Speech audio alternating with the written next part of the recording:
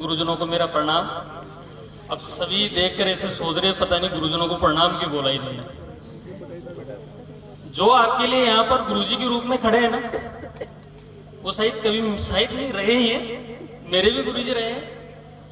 और गुरुजी वो नहीं कि आपको क्लास में एक लट लेके पढ़ा रहे कि आओ, या तो कल से पढ़ने आना है, ये भी याद करना है, ये छोड़ना है, स्कूल टाइम से आना है, ये तो है ही।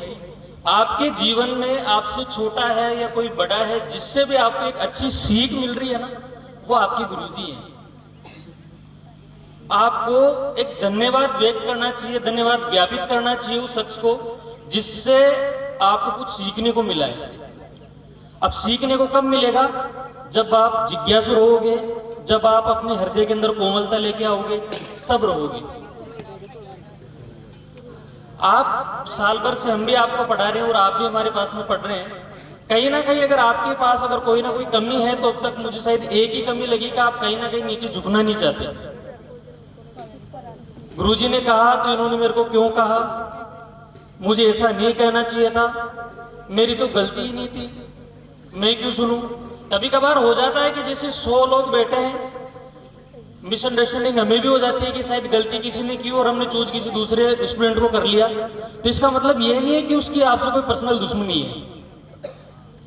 एकाध दंड यदि आपको बिना किसी गलती के भी मिल गया तो क्या फर्क पड़ जाएगा। आपके दंड मिलने की वजह से हो सकता है 10-20 स्टूडेंटों में सुधार आ जाए। तो इसी के लिए एक दुआ है कि निवण बड़ी संसार में नई निवेशो नीच, धारा से पर्वत कटे और रहे गूंदलो बीच। गूंदला का पौधा देखे डाजो सब नहीं देखा, खुद ही हो आप,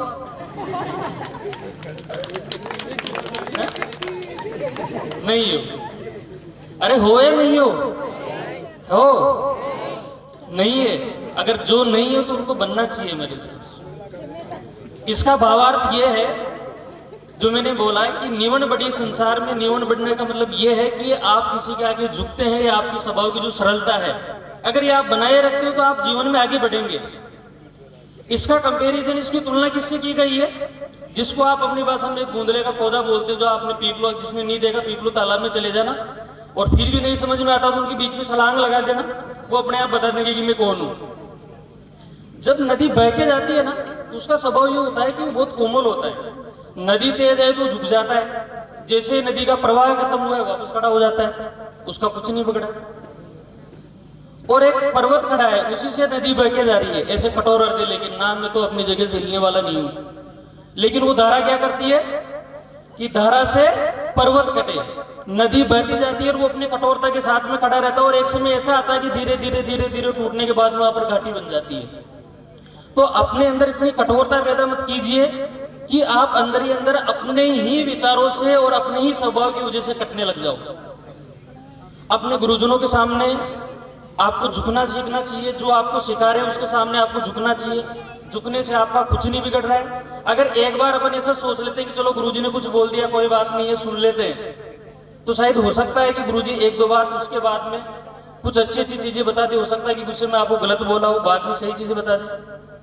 लेकिन अगर कभी कभार आपका जो बिहेवियर है ना, ऐसा होता है कि जैसे सर गए डांट दिया तो ऐसे मन तो क्यों बोल दिया, मैं तो आज बाजू सुनो भी बोल। तो आप 200 बच्चे बैठे हो, आज हम इस विद्यालय में, इससे पहले भी कुछ दूसरे विद्यालय में पढ़ाया होगा, तो जैसे सर ने भी थोड़ी देर पहले बताया था कि गुरुजी एक उस मैसेज इनबॉक्स की तरह है कि इसमें मैसेज आते रहते हैं, जाते रहते हैं और अब सबसे डिलीट होते रहते हैं। तो कोई भी यहाँ आपके गुरुजन इस भावना के साथ में नहीं आते हैं कि आपका कोई मिसबिहेवियर को सेव करके रखते हैं। अगर आपने किया भी हो तो शायद क्लास के अंदर ही छोड़ के आ जाते हैं कि चलो ठीक है बच्चे हैं। तो जितनी सरलता उनके हृदय में आपके लिए, तो उतनी सरलता आप भी अपने अंदर लाइए।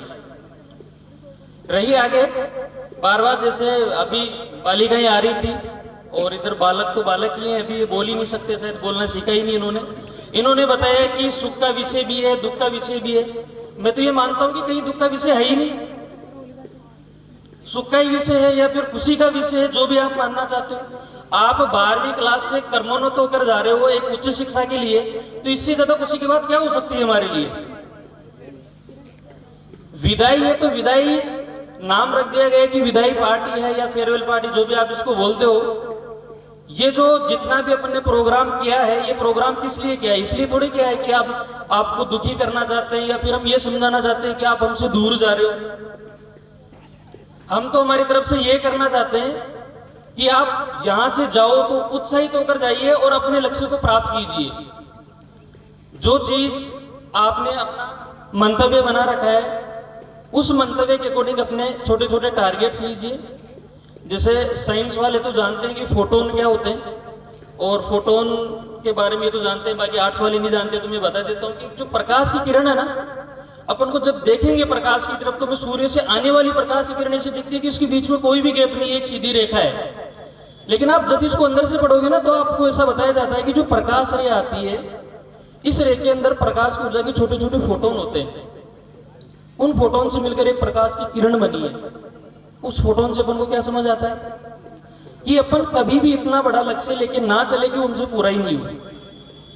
एक सिंपल सा एग्जांपल ले लीजिए, जैसे आप डेली यूज में लेते हैं आपकी स्कूल की सीढ़ियां, उस पे डे वाइज लिख लीजिए, मंडे, ट्यूसडे, थर्सडे, जितने भी 7 डे होते हैं लिख लीजिए। आपको पता है कि आपने आज पढ़ाई नहीं की, तो मंडे वाली पहली सीढ़ी को आप हटा दीजिए उसमें से। दूसरे दिन मंगलवार आता है, मंगलवार के दिन में चलो आपने सोच लिया कि आज मुझे तो पढ़ाई करनी नहीं है, तो मंगलवार वाली दूसरी सीढ़ी को भी हटा दीजिए। अब पहले जब आपने फिक्स किया प्लान, तब आपको लग रहा था कि अपन एक सीढ़ी बाई सीढ़ी आराम से चढ़ सकते हैं। और फिर वो आलस है ना, आलस के लिए कभी अपन को कोई भी मेहनत नहीं करनी पड़ती, बस एक बार आलस करना पड़ता है, फिर वो अपने आप ही आता रहता है कि चलो आज नहीं, कल, कल नहीं, परसों। ऐसे करते करते आप सोमवार निकालिए, मंगलवार निकालो, बुधवार निकालो, गुरुवार निकालो, 4-5 दिन निकलने के बाद में वो 4-5 सीढ़ियों का गैप देखना, फिर आप छलांग लगा कि वहां पे नहीं चढ़ पाओगे, जबकि वहां चढ़ना इतना मुश्किल था ही नहीं। अगर हमें पता होता है ये चीज कि अपन मंगलवार के दिन ये चीज पढ़नी है, एक टॉपिक पढ़ना, उसको पढ़ लिया तो बात खत्म। पहले दिन एक सीढ़ी पे चढ़ना था, चढ़ लिया, बात खत्म। लेकिन अपन ने क्या किया, चलो ठीक है बाद में चढ़ लेंगे, क्या फर्क पड़ रहा है। लेकिन दिन ब दिन वो गैप इतना बढ़ गया कि अपन वहां पहुंच ही नहीं पाए। और ये हमारे साथ होता है। शुरू से अपन ने देखा कि जुलाई में चलो पढ़ लेंगे, जुलाई तो चल रहा है,